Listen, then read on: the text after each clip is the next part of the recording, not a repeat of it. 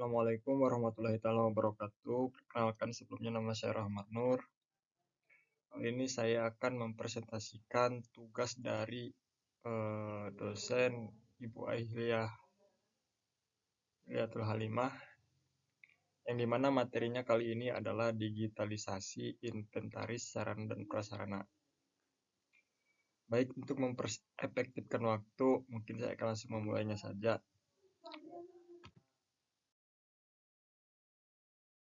Di slide yang pertama itu mengenai pengertian tentang digitalisasi. Yang pertama itu digitalisasi inventaris sarana dan prasarana itu adalah proses mengubah pencatatan aset, barang, fasilitas maupun perlengkapan. Nah, dari sistem manual seperti buku, arsip atau arsip kertas menjadi sistem digital berbasis aplikasi atau software. Nah, langsung saja ke slide berikutnya. Yang pertama itu masuk ke dalam tujuan dari tugas mata kuliah tersebut. Yang pertama itu adalah meningkatkan efisiensi pengelolaan aset. Yang kedua, mempermudah pencatatan pelacakan barang. Yang ketiga, mengurangi kesalahan pencatatan manual. Terus yang keempat, mendukung pengambilan keputusan berbasis data. Dan yang kelima, meningkatkan transparansi dan akuntabilitas. Nah, baiklah, yang pertama itu meningkatkan efisiensi pengelolaan aset, yaitu artinya pengelolaan barang jadi lebih cepat dan lebih tidak ribet karena semua sudah tersusun otomatis di sistem. Nah, itu maksudnya meningkatkan efisiensi pengelolaan aset.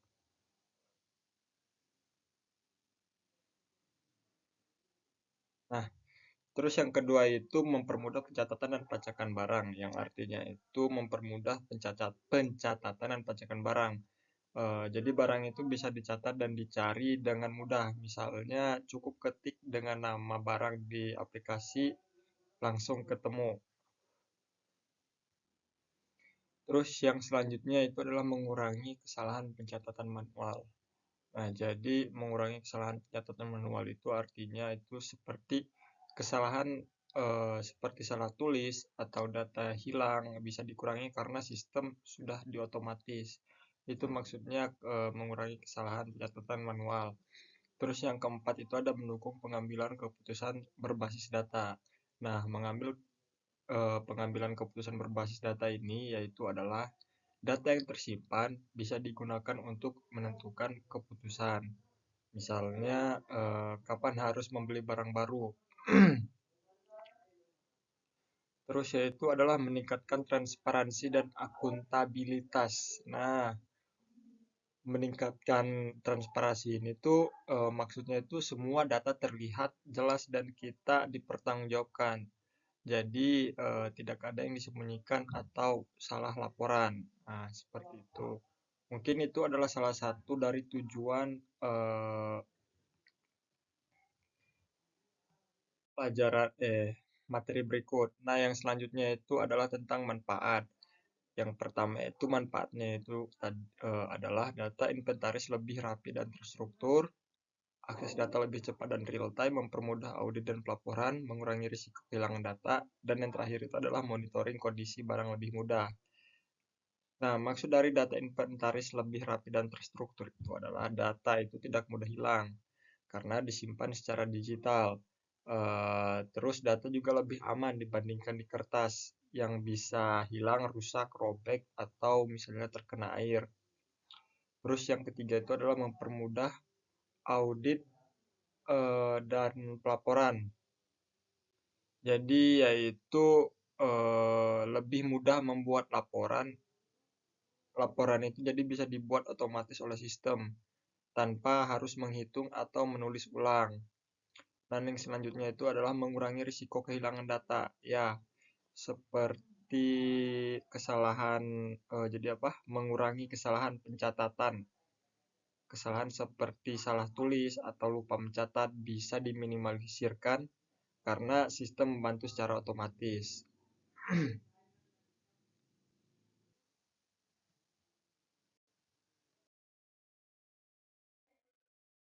Baik, selanjutnya yaitu adalah masuk ke database atau komponen sistem. Nah, di slide ini itu menyimpulkan atau menjelaskan bahwasannya database itu menyimpan data barang, terus aplikasi atau software itu untuk input dan pengolahan data. Sedangkan perangkat keras itu untuk komputer, scanner, barcode atau QR. Yang keempat itu ada jaringan untuk akses online atau cloud. Nah, artinya yaitu adalah database itu untuk menyimpan data barang, untuk menyimpan semua data barang agar tersusun rapi dan mudah dicari, tertata. Terus yang selanjutnya itu adalah aplikasi software untuk input dan pengolahan data. Maksudnya itu adalah digunakan untuk memasukkan data dan mengelola informasi barang. Yang selanjutnya itu adalah perangkat keras, alat yang digunakan seperti komputer, laptop, atau scan barcode untuk membantu proses input data agar lebih mudah. Terus yang terakhir itu adalah jaringan. Nah, koneksi internet itu sangat diperlukan agar sistem bisa diakses secara online atau melalui cloud untuk penyimpanan. Oke, di slide berikutnya yaitu adalah proses digitalisasi. Nah, proses digitalisasi ini adalah seperti pendataan awal, inventaris barang, menghitung, input data ke sistem, pemberian kode atau barcode, pengelolaan dan update data berkala, dan pelaporan dan analisis data. Yang pertama itu adalah mencatat semua barang yang dimiliki secara lengkap di awal.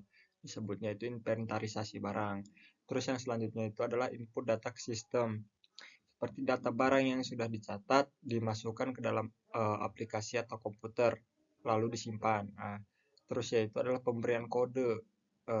Pemberian kode barcode ini seperti setiap barang itu diberi kode, diberi angka agar mudah dikenali dan dapat mudah juga untuk dilacaknya. Terus yang keempat itu adalah pengolahan dan update data berkala, seperti data barang itu diperbarui secara rutin jika ada perubahan seperti barang rusak, seperti barang hilang atau barang itu berpindah dari tempatnya gitu. Itu selalu diupdate secara berkala. Terakhir itu adalah pelaporan dan analisis data.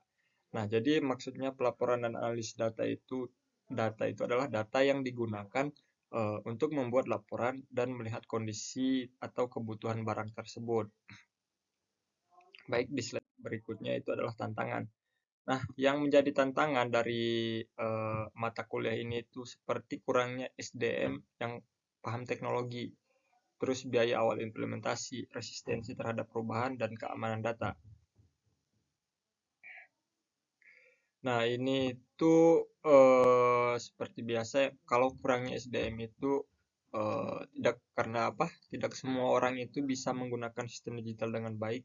Maka untuk itu belajar seperti kan lebih banyak mencari tahu tentang apa itu apa teknologi, seperti bagaimana cara menggunakan laptop, bagaimana cara menginput data atau menyimpan data. Nah, seperti itu. Terus yang selanjutnya itu adalah biaya awal implementasi. Nah, biaya awal implementasi ini itu butuh juga di awal untuk membeli perangkat dan aplikasi supaya bisa belajar atau bisa dipakai. Jadi memerlukan barang harus dibeli. Dan yang selanjutnya itu adalah resistensi terhadap perubahan. Maksudnya itu adalah ada juga orang yang sulit menerima atau beradaptasi dengan sistem baru. Seperti dari awalnya itu sistem manual, dari absen misalnya absen manual. Jadi ketika ada absen baru gitu seperti kan fingerprint atau misalnya lewat online, kadang ada juga orang yang susah beradaptasi seperti itu. Terus yang selanjutnya itu adalah keamanan data, tentang data yang berisiko bocor atau disalahgunakan, atau misalnya hilang jika tidak dijaga dengan baik. Nah, seperti itu. Nah, jadi solusinya apa? Yaitu solusinya adalah pelatihan penggunaan. Ya, seperti yang di awal tadi. Untuk yang tidak bisa itu berarti belajar, berlatih. Dan yang kedua itu adalah pemilihan sistem yang sesuai kebutuhan. Nah, terus yang ketiga itu adalah backup data secara rutin.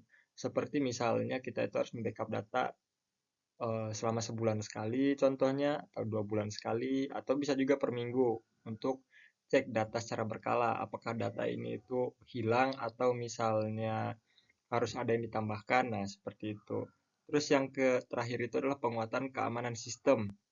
Penguatan keamanan sistem itu menjaga sistem dengan password, inskripsi dan perlindungan lainnya agar data lebih aman.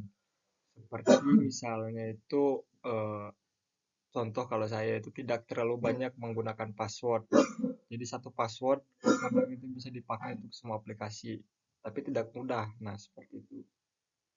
Lanjut ke slide berikutnya yaitu ada kesimpulan. Nah, kesimpulannya itu adalah digitalisasi inventaris sarana dan prasarana itu merupakan langkah penting untuk meningkatkan efisiensi, akurasi, dan transparansi dalam pengelolaan aset di era digital. Nah, maksudnya itu merupakan langkah penting dalam meningkatkan kualitas pengelolaan aset dengan sistem digital.